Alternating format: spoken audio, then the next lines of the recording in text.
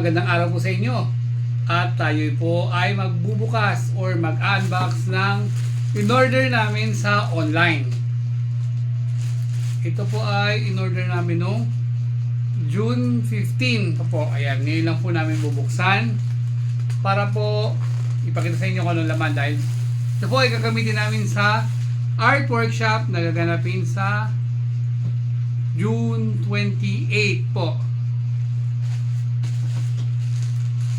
So, buksan na po natin. Excited ka na ba? Opo. Yes, yan. Buksan na natin ang ating i-unbox. Ano kaya ito? Gagamitin sa art workshop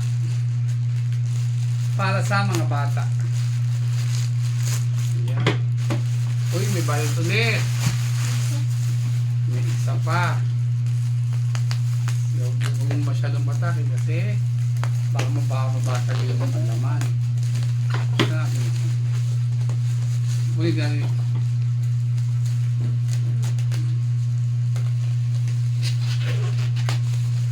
Ayan, at mga box pa rin po siya.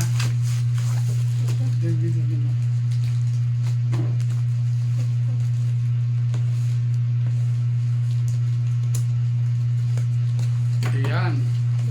Hindi kaya nabasa. Kung hindi lumabas. Yan na. Sira.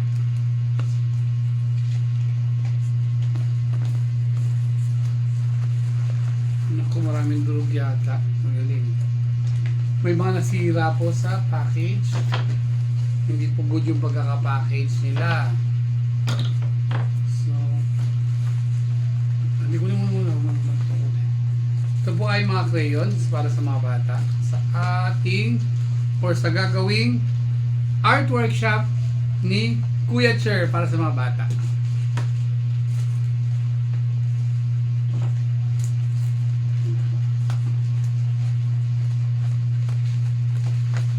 Tignan lang po natin kasi medyo alam nyo na yung deliver siya sa dami, parang yan. So ito po ay pamamahagi natin sa mga bata na atin po sa ating art workshop.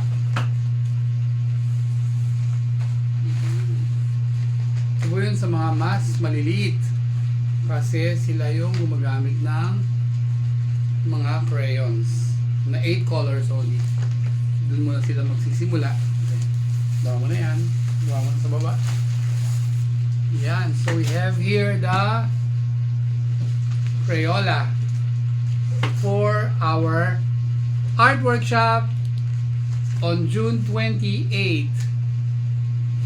So mga bata, see you there. Paalam.